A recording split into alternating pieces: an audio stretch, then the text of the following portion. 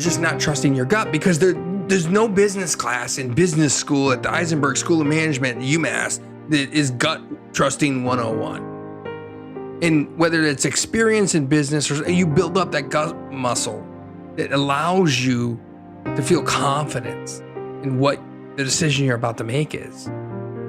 You'll still have some concern, but your gut's telling you something for some reason. I can't speak to why it's telling you that, but it is. And the more you trust your gut in business, the more success you're gonna have. You have an instinct inside of that gut that you've got to trust. And that is going to be the game changer. That's going to be the small pieces, the small, minute changes that make the difference between failure, success, and extreme success. Welcome to the 7 Hats Podcast. My name is Yuval Selik, and I've been on the entrepreneurial roller coaster for over 20 years. I've experienced it all throughout my journey: the grind, burnout, failure, and ultimately, success. The turning point for me was realizing that building a successful company is meaningless if you neglect the other significant areas of your life. So today, I'm inviting you to join me on an adventure through those 7 areas, what I call the 7 Hats. Every week, my guests and I will drop valuable insights and pearls of wisdom, helping, motivating, and inspiring you to get your 7 hats in order and deliver real impact with meaning. So let's get going. Welcome, 7 Hatters. In this episode, we speak with Matt Ward and dive deep into hats 1, 2, 3, 4, and 7, the soul, athlete, servant, entrepreneur, and seeker. As we open our mouth, actively listen, and give out those high fives on an incredible journey of triumph and self-discovery. Matt is a passionate speaker, author, and fellow accidental entrepreneur. But what struck me the most about our conversation is that Matt is all love and heart.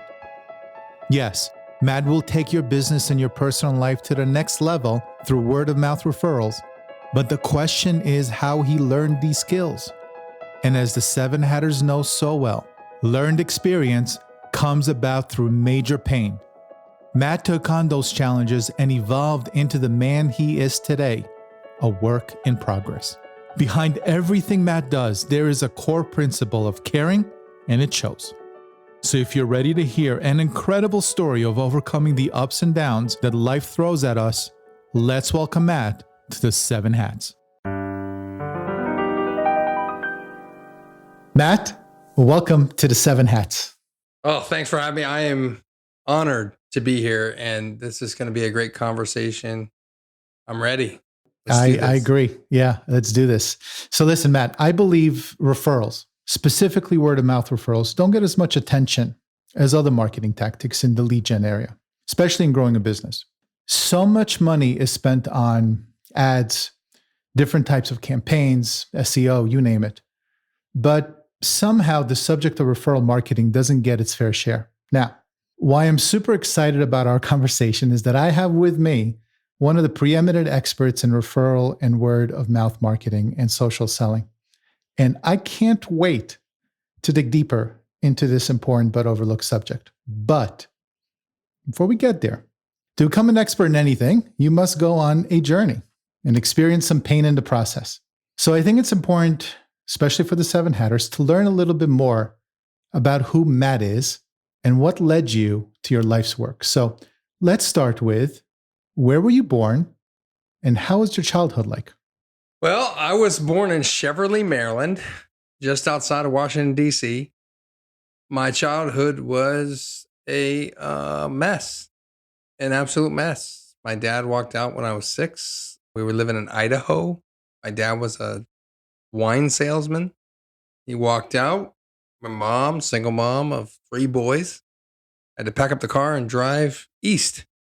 We ended up living with my grandfather for a while. He was a judge for the Social Security Administration. And I'd like to tell you it was great to live with a judge because they're respectable people of the cloth, but they're very dictator-like. And that was a mess. And then the home I lived in had a revolving door. of boyfriends and things like that. And that was a challenge. In 1984, my mom had applied and I was accepted and admitted to a private boarding school for disadvantaged kids and poverty stricken kids in Hershey, Pennsylvania, founded by the guy that created the chocolate bar, Milton Hershey himself, because he and his wife couldn't have kids. So in 1909, he put his entire fortune into a trust fund to benefit orphan kids. And there are 2,500 kids that go to this school in Hershey, Pennsylvania. It's called the Milton Hershey School. The idea is that it gives them a chance at life. And I will tell you, as I sit here today, it gave me not just a chance at life, it gave me a life. I'm the youngest of three boys, the first to graduate high school, and the only one not to go to prison. That school changed my life. Wow. So 2 other boys went to prison? Wow. Yeah. The challenges didn't cease there. Living in a home with 16 other boys, you had to fight and fend for yourself. You had to learn to adapt. And that is the skill set that I believe that I have most, is how to figure things out. If you told me that house on the corner was not for sale, but it was a great deal, I would probably figure out how to do that. If you told me that house was for sale, it was a great deal, and I didn't have the money, I could probably go figure out how to do that. So I can figure out a lot of things very quickly, but that doesn't mean I don't lack skills in other areas. I can't complete a project. I'm a great idea guy. I can amass a team. I can lead a team. I did that for 16 years with a digital marketing agency. I can create a vision. I can execute on it, but I can't finish the details. That's a true struggle for me.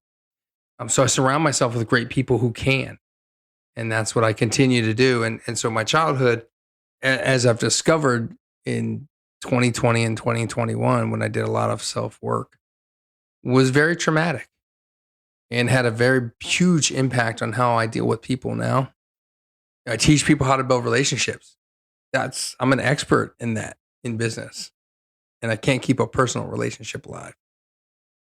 So I know, you talk about things like the things that suffer in a business. When I had my digital marketing agency, I ran that from 2002 to 2018, and I lost my marriage in that. That was tough. Did you lose your marriage because you didn't have her support, or because you worked so hard and so much that you didn't pay attention to that relationship? It was the latter, and vice versa. She was senior management at Comcast. We didn't have any kids. She was senior management at Comcast. We were focused on work. We were focused on material things. We were focused on traveling as a material thing, as a keeping up with the Joneses thing. It wasn't travel to enjoy travel. Now I travel because I enjoy travel. Now I don't travel on the dime of Chase. I don't charge travel to a credit card and pay it off at 20% interest rates. I don't do that now, but I did that then. Part of growing up, even in the school, is we were never taught financial literacy. My mom filed bankruptcy 5 times in her lifetime. How do you file bankruptcy 5 times? How does anyone let you file that? So there was no structure there to teach me anything about that. And up until I was 40 years old, my financial house was a mess. Are you still in touch with your mom? We didn't have an issue to reconcile. We were always talking. Our family talks at a much different level than maybe other families do. So for instance, Thanksgiving, 90 minutes at the table. That's about it. Yeah. Usually go to a restaurant because they have to turn the table in 90 minutes. I don't do well with negative people. It tends to be what runs in my family, and I kind of broke the mold of that. I still have my days where I have challenges and difficulties and just try to push through. Usually I pull out of that because I've surrounded myself with so many great people that I've supported over the years that they see me fall into a funk and then they pull me out. They support me. They call, they text. They're like, "Are you okay?" Things like that. They check in on their business friends who become friends. We all have those days, but I don't hang around people that are notoriously negative. So it seems like your family didn't really expect much of you while growing up. Now that they're seeing this success, right, this ownership of greatness, what are they saying? Are they shocked? What's their response? I think I think they don't know how to express it, which is why I don't know how to express emotion myself. because I was never taught how to express those things. And so Yeah. my uncle recently told me how proud he was of me. Well, that's great to hear, but maybe I'm 48. Maybe that's 47 years too late. Shouldn't we be proud of people all the time? I don't know.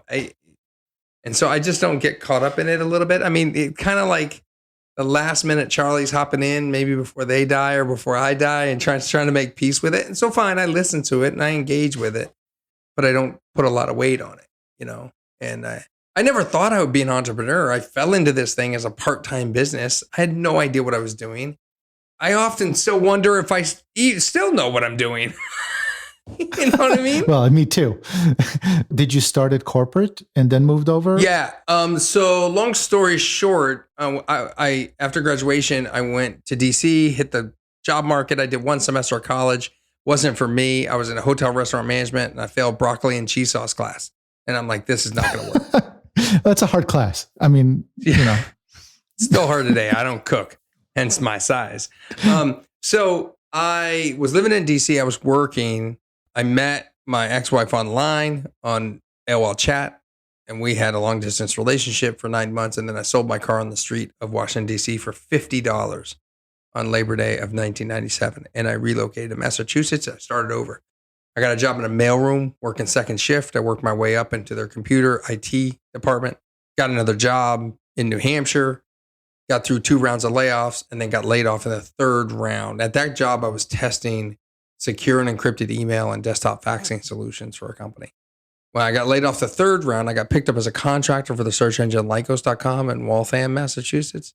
Worked there for a little over a year and then chose not to renew my contract and went off on my own.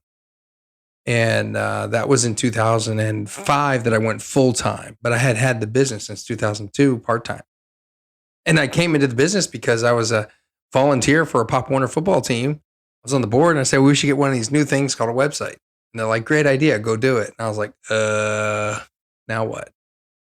So I rallied some friends.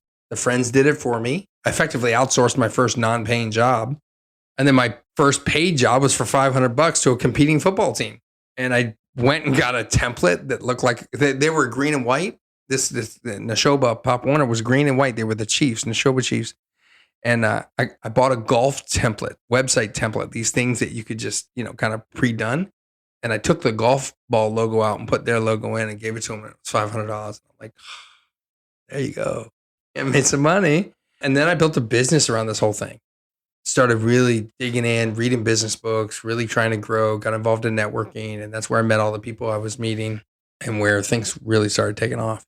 And then I just committed to growing the business versus doing any kind of code. I was a self-taught coder anyway, and I was not a designer. You did not want me designing a website.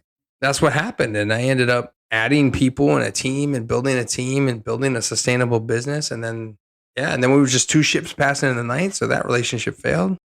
Ended up in another one. And that lasted 11 years and spiraled out of control at the end. So, these are... The first relationship was the marriage or the second relationship was the marriage? Yeah, the first one. First one. So that ended right before you sold or after you sold? No. That ended in 2010. That was quite a while. I sold in 2018. But, 2008, right? We had the crash of 2008, which was super bad. We managed to get through it in the web business, pushed through, eked through, changed the branding on the company, remodeled some things as far as like the packages we were doing. At the time, we were chasing these big websites, $10,000. We were outside of Boston. They were tough to get. And you were fighting tooth and nail for every sale. And so then I transitioned the business into a recurring revenue model. And that was a game changer for me. So then just grew it in the recurring revenue every month. When I sold it, 70% of that revenue was recurring every month. That's great. Well, that's an incredible success. So your childhood, how you grew up, obviously gave you this need to help others because there was a void probably that was missing within you. So you needed to extend that out to really feel whole, right? And I think that's a marking of a tremendous coach, mentor, teacher. I think that's incredible. And the thing about the Milton Hershey School, what a wonderful gift Hershey created for the world. I interviewed Don Larson from Sunshine Nuts, previous interview of mine, and he worked at Hershey for the reason of the Hershey School. So it's an incredible gift when somebody can create from nothing something that helps so many others. So, all right, let's get into some of your lessons learned. So, when you sold your agency, you obviously had some time to reflect on those lessons. What are some of the key takeaways that shaped who you are as an entrepreneur? Can you recall some of the more difficult challenges that you had to overcome that taught you the most about yourself as a person? And also, what would you do differently with 2020 hindsight? I think that one of the biggest lessons I learned as an entrepreneur with that agency was the value of time. That we often do things in business that we shouldn't do because we feel like we should do them or because we feel we need to do them. An example, we take a client on for money purposes, not because of the mission or because they're a good fit. The true struggle of entrepreneurship really comes down to money in most cases. What I learned from that is that when you take on clients for the money, when you do anything for the money, it always fails. It just is a matter of time. If it doesn't fail, everyone else sees you're taking it for the money and they see the greed in that, and no one likes that. They just don't express that. What I learned was that, and I remember telling somebody this when they said to me about when they learned about how I live my life now.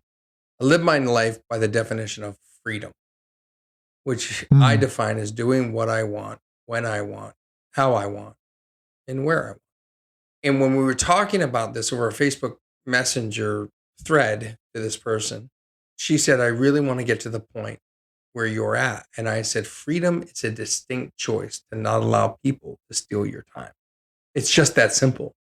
It's a simple concept, but super hard to execute on. It's a distinct choice to not allow people to steal your time. Entrepreneurs have such a hard time with this because unless you schedule your calendar first, everybody will schedule your calendar on your behalf. And they'll do it every single day, bar none, full stop. There's never a day when my schedule is empty that it's actually empty. It's got other people's agendas on it and never mine. So when I schedule on a Sunday night, I'm 2 weeks ahead. I know exactly what I want to do.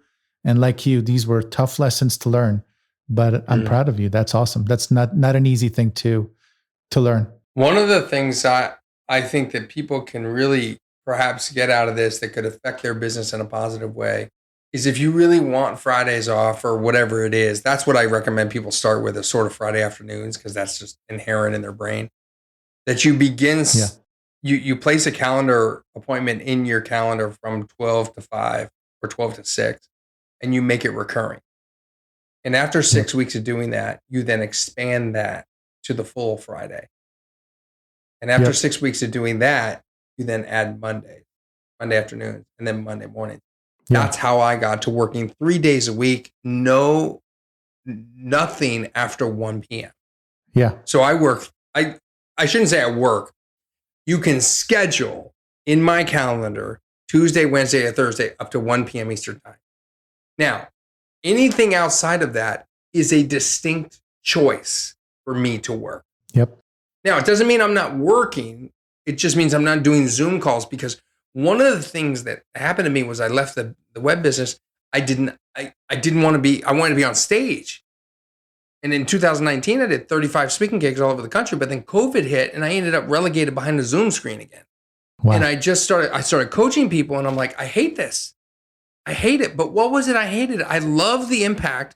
I love the ideas. I love the stories the clients are telling me. I love the movement they were getting. But I absolutely despised the screen. And that's what happened was one day I looked at my calendar and I realized that the thing that was causing me the most anxiety was actually my own calendar. And I give up money to gain space in my calendar, because I could book a lot more calls and charge a lot more people. That's not of interest. This de-stressing of of what that other business cost me before, and making payroll every 2 weeks, and the money movement and borrowing money and keeping things afloat, that was stressful, really stressful. And I'm glad somebody asked me recently, "Are you happy you sold your agency?" And I said, "Yeah." First of all, they made more money every year since I sold it. I'm happy for them. That's amazing. And number two, would you want it back? No, I'm all set. I don't want it back. I don't want to do that again. As we speak, Ukraine is, at war with Russia. And the word that comes to mind again is freedom. Fighting for your freedom to be able to make choices that you need to make in order to succeed in life and to have an incredible life, right? It's a journey. We're here on a spinning ball in space. Every day, billions of things are trying to kill us. We're just doing our best. And I think if we blink, we'll be 90. And that's the scary part, because I think the 7 Hats is all about working on your life now. Don't wait until some point in the future where you think that happiness resides there. Happiness, peace, tranquility, freedom resides here, now.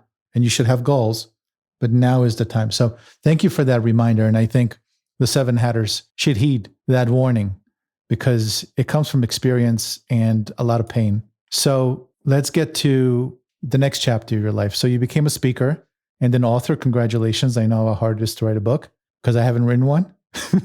But not just one, you wrote a number of books. Specifically, in your book titled The High Five Effect, you speak to one of my favorite models, the Maslow's hierarchy of needs. Can you give us your rendition of this model as it relates to clients' needs, because we care about clients, or as you call it, the client acquisition hierarchy of needs? Love to hear a little bit about that. Look at you. So Maslow's hierarchy of needs is something that I never really studied. And as I wrote the book, I started getting into what were the true challenges of the problem. And I touched briefly on this just a couple of minutes ago about this idea of taking on these clients. In Maslow's hierarchy of needs, you have that psychological needs. Now, if you're watching a video, I'm actually looking at Maslow's, because I haven't studied Maslow's stuff. It's psychological, then safety, then social, then self-esteem, then self-actualization. And so in the book, I put that model in there to compare my version of the model with that. And in the client acquisition hierarchy needs, we start at survival, which is that base level, the thing we need most. And then we go to security, discovery, respect, and joy. When we think about survival, the reason we take on these clients is because we have to survive. We have to pay our bills. But what ultimately happens is, as we start to emerge from that survival band on the client acquisition hierarchy needs and move into security, we're now developing security for ourselves. We're feeling more confident in who we are. In order to really make that switch, you need a predictable amount of revenue coming in every month. And the minute you do that, however that happens, you will start to be willing to push away and turn away business. And that is really where this thing starts to steamroll. Moving from security up to discovery is really about who you are as a person and who your business is going to be furthermore. And once you move from discovery to respect is about respecting yourself, respecting your time, and gaining the respect of your community, both your physical community, but also the industry that you're in. So once you gain awards, for example, you start to have more confidence. When you have more confidence, you start to respect yourself more. And what happens when you respect yourself more? You charge more. You charge actually the rate you should have been charging when you were back in security mode, in survival mode. And because most businesses aren't charging enough early on, because we're desperate. We're trying to get that stuff. Then when you get to joy, now it's a part. Now, when you're at that peak of that, now it's just really about that Zen space of being in a place where you have a business that you control, does not control you. And this is the biggest challenge with small business, I believe. And the reason I wrote the whole book in the first place, and what happened in my old business, was the business had a hold on me. You see, business owners start a business because they want 3 things: more money, more time, and more freedom. And they don't get any of those 3 things in the first 5 years, because they spend all this time trying to find money that doesn't exist. And that sucks away all that freedom. And so what we try to do now is try to get people to understand, look, In what way can you create enough revenue that allows you to make the more difficult decisions and take control of your business? One thing that I think has happened a lot in this world that we live in is this side hustle movement, so to speak. And sometimes I think that the side hustle movement is looked down upon. But in reality, it's actually a pretty good model when you think about it. It's actually how I started my business years ago before it was even a popular term. When you have this part-time business above and beyond the full-time work that you're doing, you can be choosy on your clients because you already have the income coming in from the full-time job. What happens though is that people don't get choosy early on when they have that side hustle because they get desperate. They want the money, they want the momentum, and they don't want to be patient and wait for it all to work. They want to jump out of the full-time gig, get to the part-time gig into a full-time role as quickly as they can. And so they make mistakes by bringing on these clients that should have never been with them in the first place. And that's a struggle. So many things I wrote about and so many stories of small business ownership that I wrote about in the book of people just picking the wrong clients. And yet they knew it and still chose to go with it. They saw all the red flags. I just firmly believe I'm completely okay if you do all of those things. Like if you see the red flag and choose the client, I'm okay with you doing that as long as you saw the red flag and had a conscious choice to do so. I'm okay with you working 7 days a week, 12 hours a day, as long as that's a choice that you're making. But I think what happens in small business too often, and I think the seven hatters know this, is that it's not a conscious choice. And what's happening is this business is controlling us. That's the issue. So you work with many entrepreneurs and small businesses. What percent do you feel are actually in survival mode versus self-actualized? So I would say very few people that I work with are in joy or in self-actualization, joy mode. Very few. I don't even think I've met one yet. Because almost all the time they say, I want what you have. And I'm like, okay, I'll show you how to do that. But they often don't come to me if they're at that top. Almost, I would say 80, 90% of the people are in survival mode or slightly in security mode where they've got some revenue and they're almost there. And now it's just about tweaking a couple things, adding a couple services or taking away some, or sometimes one of the first things we'll do is fire a client because they're consuming too much of their time. So most of the people I start to work with are at the very bottom of the pyramid in that survival and security mode. We're all told, and we kind of know what to do in life, right? Eat well, take your vitamins, work out, do your meditations, all the things. But so few of us do what they know to do. Is that kind of what you're seeing from entrepreneurs as well? Is like they know they need to be focused. They know they need to schedule their calendar ahead of time. They know they need to work with the right clients. They know they need to raise pricing accordingly to their values system. They know they need to spend time with their family or take care of the other seven hats. How much is that from a mindset of, yeah, I know it, but I'm just so fucking stubborn that I'm going to do what I'm doing just because that's the easy route? I would say that there's a certain percentage that know it. And there's quite a few, a larger double digit, 30% that don't know it. They came out of a job, a corporate world. They didn't have to do payroll. They didn't have to ever issue an invoice. Are you kidding me? What's it? Yeah. How do I issue an invoice? How do I fill out an RFP? What is that? No concept to any of that stuff. So I literally have people, even though I coach people based on referrals and relationship stuff, I have to sometimes move big boulders out of the way so that it frees up time. They allow them to build the relationships. And those big boulders are sometimes these other things. And so there are many people that when I say, hey, did you do 5 reach outs today to just anybody? Did you just contact any 5 people? I'm like, no. And I'm like, are you going to start doing that? Yeah, I know I need to do that. So it becomes an accountability piece for them to a degree. Then there's people where I say, hey, did you do the 5 reach outs? And they're like, no, I struggled with that. And I'll say, why did you struggle with it? Well, to be honest with you, Matt, I don't know who to contact. So I say, okay, well, here's 3 options. Go to Facebook. If they liked your post, contact them. If they liked your post on LinkedIn, contact them. Send them a LinkedIn message. Just say, hey, thanks for contact. How are you? Thanks for liking my post. How are you? And the third is your email inbox. Somebody sent you an email, just reply to it. That's contacting them. Oh, it's that simple? Yeah, it's that simple. So sometimes things are so simple that we just are overthinking them.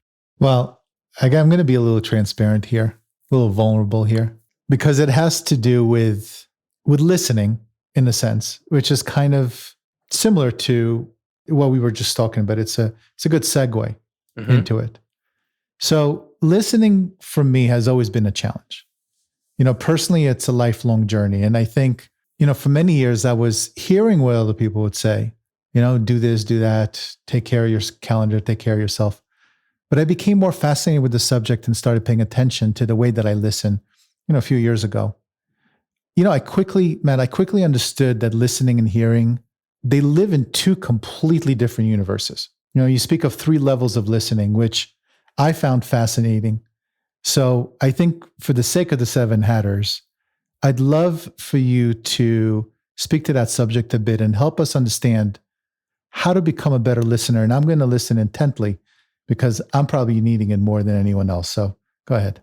I think you nailed it on the head. That listening and hearing are two different things. There's active listening and passive listening. There's all kinds of ways this can be described by many, many different people. And I am by no means a listening expert.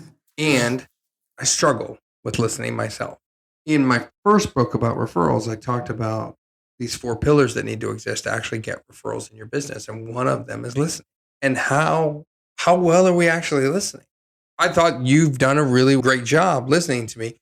You actually heard me talk about the Hershey School, and then you connected that to an individual that you had previously interviewed who had worked at Hershey because of the school. So Yep. you clearly were listening.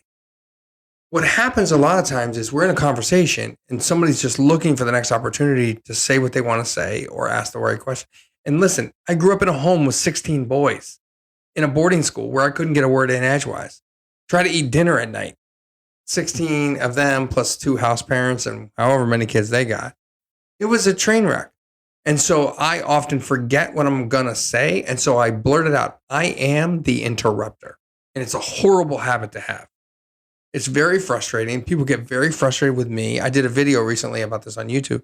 People who interrupt aren't doing it on purpose. It's a natural reaction. They're really excited about the conversation. They don't want to lose the great thought or idea that they had for you. And so they interrupt.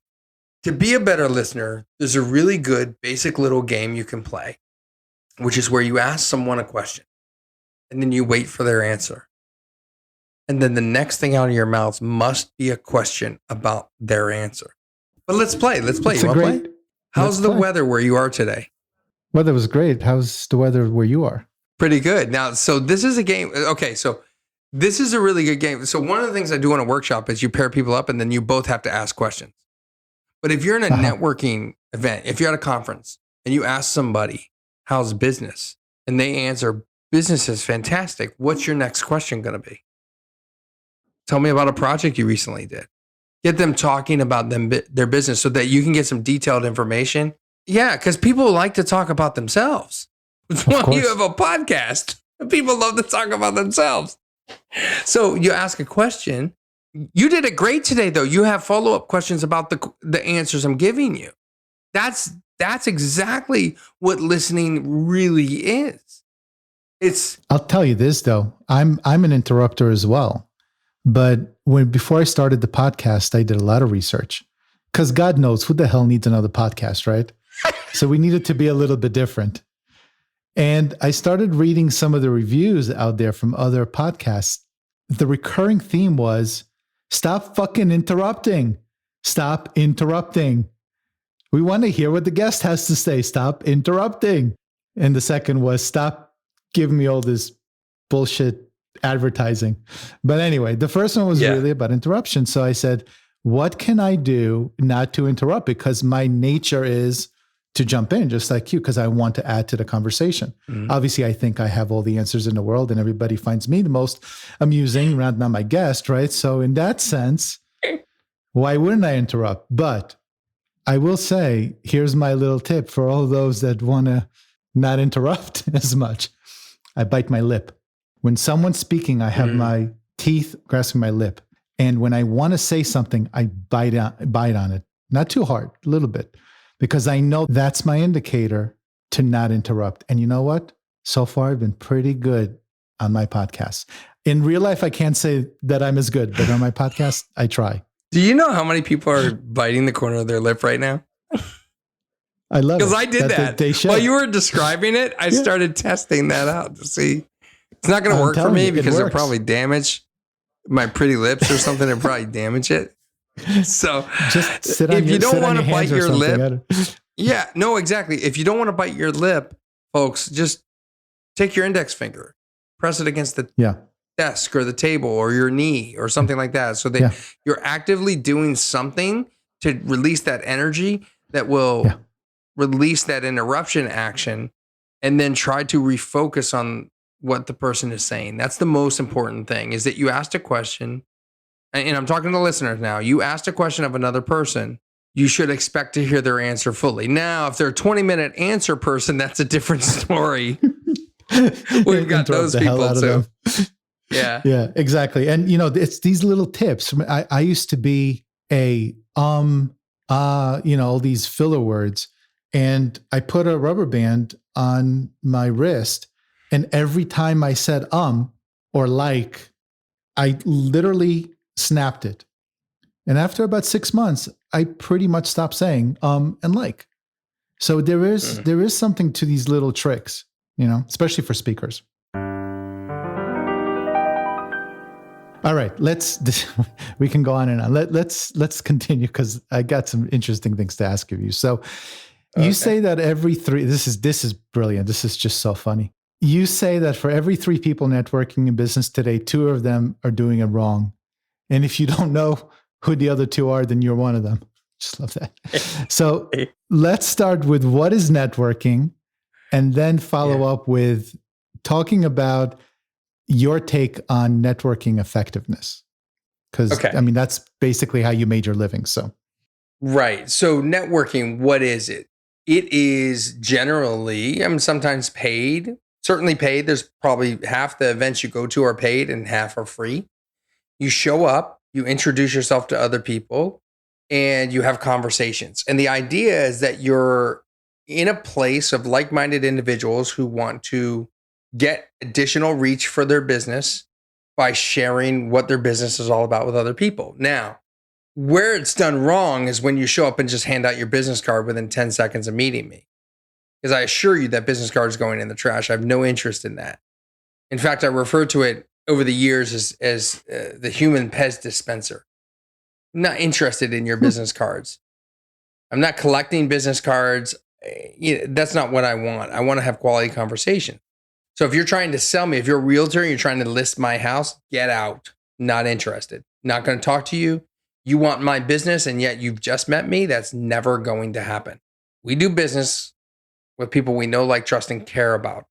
Not just know, like, and trust, but know, like, trust, and care about. And I'm not listing my house with you if I don't know, like, trust, and care about you. I'm just not. So that's step number 1.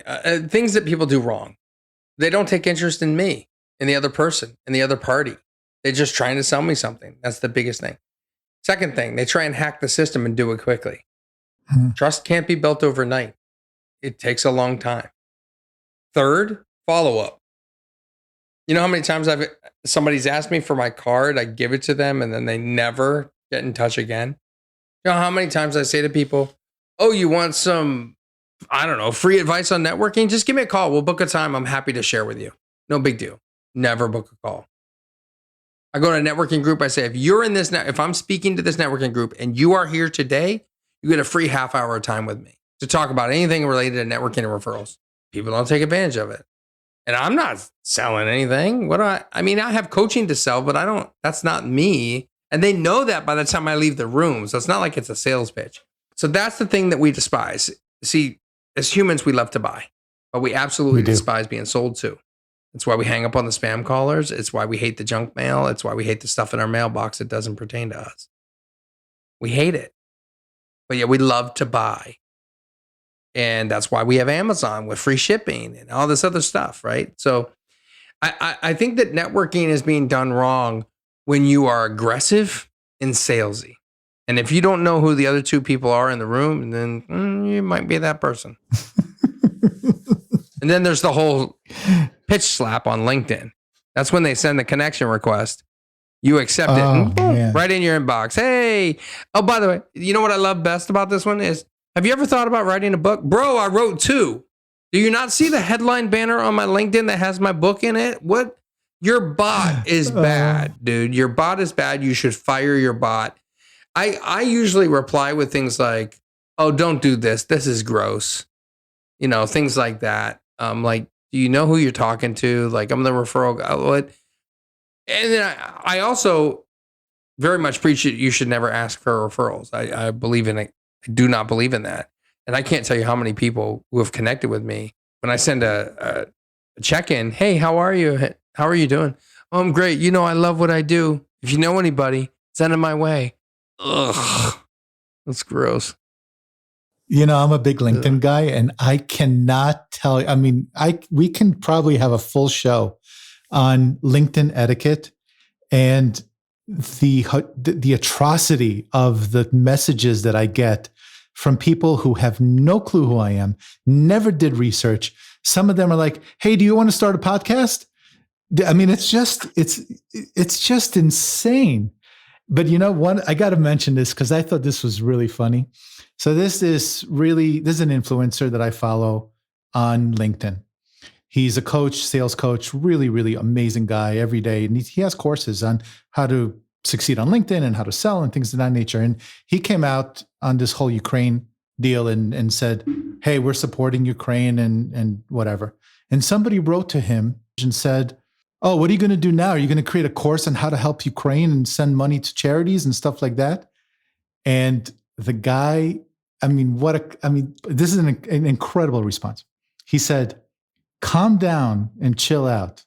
The next time that you get fired from your job and you ask me for assistance, I probably will say no, and posted the message that he sent him a while back talking about how he lost his job and how he needs his help and all of that stuff. I was like, that is so fucking classic. That was incredible. Anyway, that's so good. Isn't it great how it was okay to send him a message when he needed help, when the guy lost his job. Yeah. But then he wants to go gaslight him on a post. And troll him. Yeah. Not cool. Anyway, let's talk about greatness. Yeah. How about we talk about Maya Angelou? Yeah. Maya Angelou was famously quoted when she said, people don't remember what you said to them, but they will remember how you made them feel. You know, we live in such a fast-paced world, you know, filled with so much noise. You know that. How do we slow down and actually connect with our prospects and clients and kind of cut through that social media noise? It's just what we were speaking about, right? So much going in your mailbox, so much to do. How do we stand out and stay top of mind for our referrals? You know, there's a number of ways. One of the best ways is just a handwritten card. It's just old school. You got to go from the inbox to the mailbox and just pay attention to people. Another one. Here's another great one. Call somebody on the phone. Hey, Yuval, how you doing? I was just thinking about you today. It makes you feel special. Yeah. And I don't want anything. I'm just saying, what do you want? Nothing. Just saying hi. Yeah. So here's my philosophy of this. Let me just ask you a quick question first of all. How do you outrun a bear? You just have somebody slower than you behind you. Exactly. You don't outrun a bear. You outrun your friend. Yep. Which is why everybody should want to go camping with me. I'm a big, fat, slow runner. Okay. But here's the thing.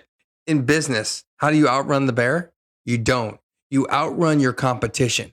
And what that means is all you have to do is stay in touch with your contact a little bit quicker and a little bit more often than your competitor.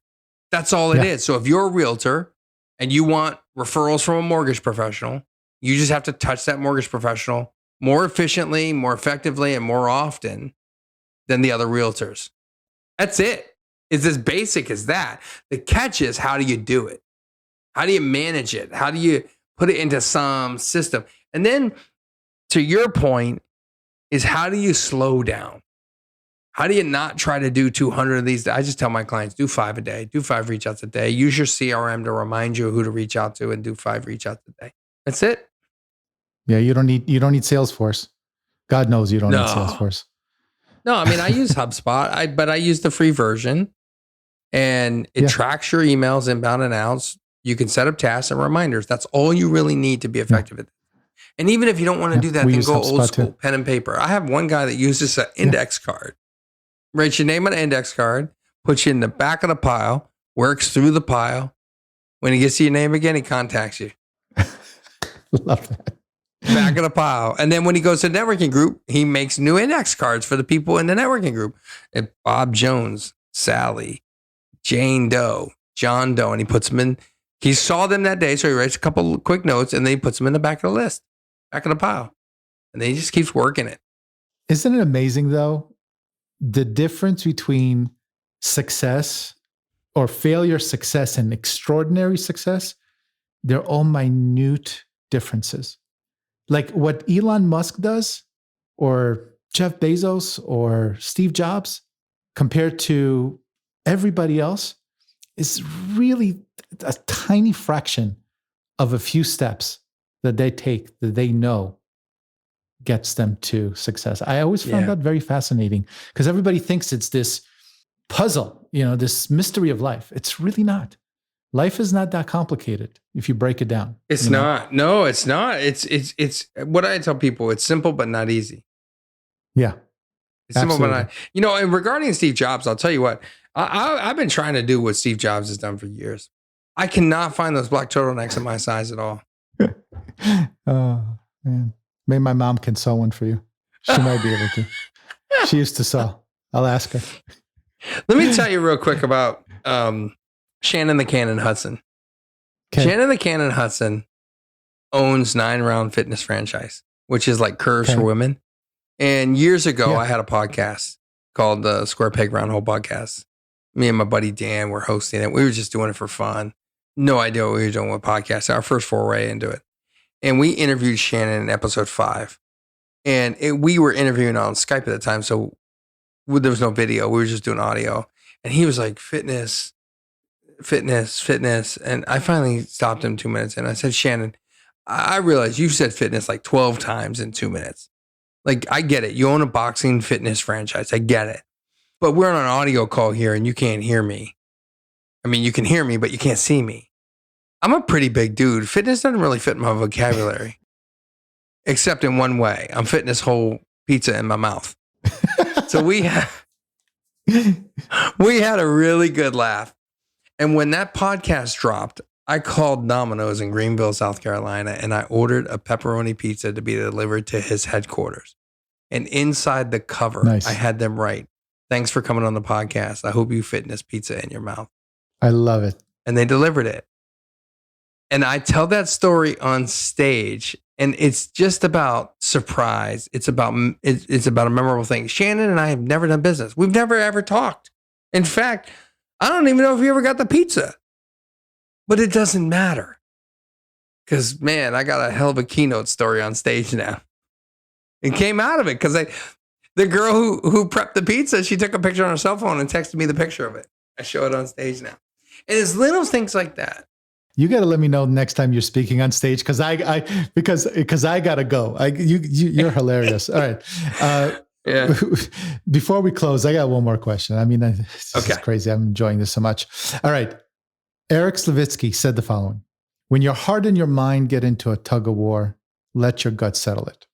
Now, there is so much debate among entrepreneurs regarding following your gut. I know I've been through this with my partner, and specifically intuition, right? And you write in your book a specific topic, actually, you place in your book in regards to that. What's your take on gut feel versus experience?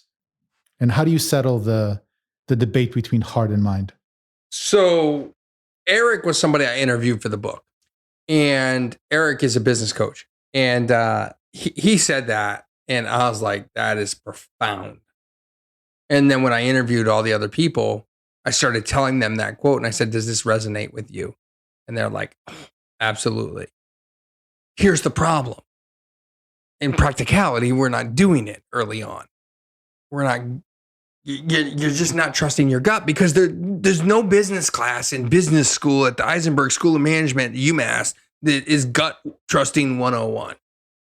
And whether it's experience in business or you build up that gut muscle that allows you to feel confidence in what the decision you're about to make is. You'll still have some concern, but your gut's telling you something for some reason. I can't speak to why it's telling you that, but it is. And the more you trust your gut in business, full disclosure, I'm not paying your lawyer fees. The more you trust your gut in business, the more success you're going to have. Now, if you go to the poker table and trust your gut and bet it all on black and it comes up red, don't call us. That's not what I'm talking about. No. I'm talking about running a business. You have an instinct inside of that gut that you've got to trust. And that is going to be the game changer. That's going to be the small pieces, the small, minute changes that you've always talking about earlier that make the difference between failure, success, and extreme success. That's the difference between Elon Musk and Richard Branson. Yep. Jeff Bezos. That's the difference. They're trusting their gut. They're going with it. They're rolling the dice on their business and they're trusting their decisions. And they deal with the things that happen when they fail.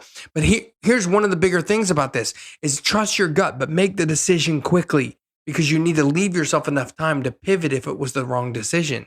That's the issue. I love that. I make the decision quickly. And more than anything, now scientific research and experiments are actually speaking about your gut being your second brain.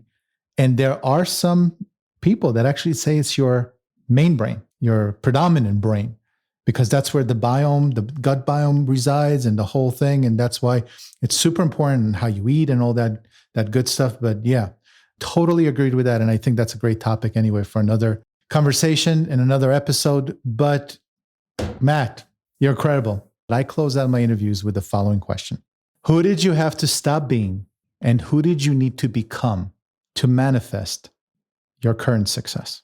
In full disclosure, I needed to stop being a fraud and start being a man. Men have emotions too, and we don't always express them in the ways that we should. And once you start tapping into your soul, you'll start to really change where your life will go. Stop being, it's really about being responsible for all of our actions. Things we say, the things we do, the things we don't say, and the things we don't do. I'm still a work in progress to this day. 2021 was, business-wise, probably one of my greatest years ever. Not financially, but just, and not even stability-wise, but just with the outlook of where I was going with freedom and those things. But personally, it was one of the most miserable years of my life. And I'm continuing to rebound from that. COVID had a great deal of impact on people. And relationships as a whole have changed because of it. You spend more time with people that you never spent time with before, both at home and even at work, perhaps in Zoom rooms or wherever you might be. I mean, I've met some of my close friends on Zoom in 2020, and we're close friends now. I think the more business owners can start to really express their feelings to other business owners, the better off we'll all be. I understand that we can't always express our feelings to people that don't quite understand what we're going through, or to our significant others or spouses or employees. But when you start getting into these peer groups and building friendships and relationships that last a lifetime, masterminds, whatever you want to call them, they become a resource for you. Somebody to call in the middle of the night when you're struggling, both personally and professionally, struggling with that decision of where to take your company. You'll have people that are by your side. You'll have people that are checking. I'm sure today, I've received 5 text messages while I'm recording this podcast because today was a tough day for me. But I'm a man of my word and I'm here.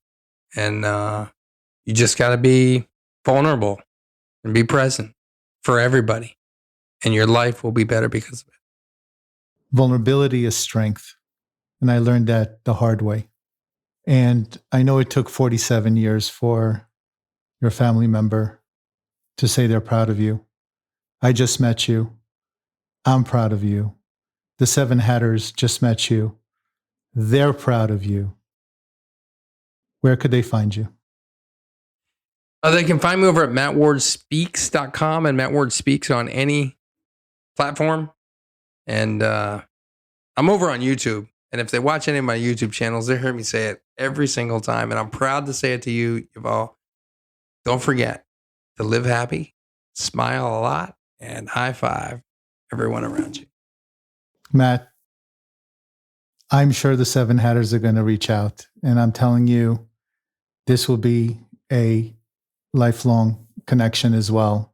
I'm honored that you've made the time, especially on a difficult day, to not cancel and honor us on the Seven Hats.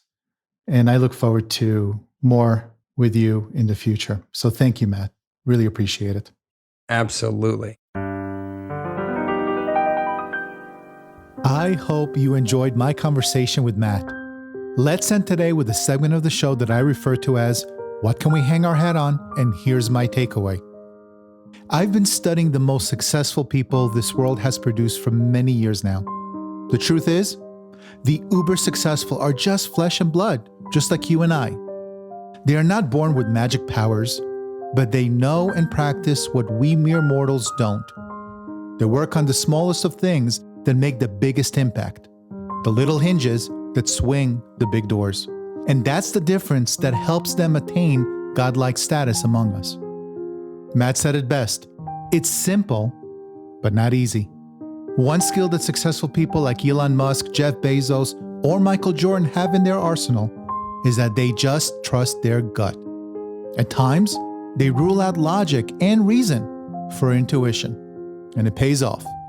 Sometimes they bet the farm on gut feel, and they do it, as Eric Levitsky said, when your heart and mind get into a tug of war, let your gut settle it. Matt was right when he told us that we have an instinct inside our gut that we've got to trust, and that will be the game changer. That's going to be the small pieces, the small minute changes that make the difference between failure, success, and extreme success. I want to thank Matt once again for joining me so that we can all benefit from his wisdom. And until next time, if you found this episode helpful, please hit that subscribe button and tell other entrepreneurs out there what value you received from it so that we can attract even more high-quality people into our Seven Hats community. So for now, I will bid you farewell and success on your journey. And until next time, my name is Yuval Selik, and I tip my hat to you.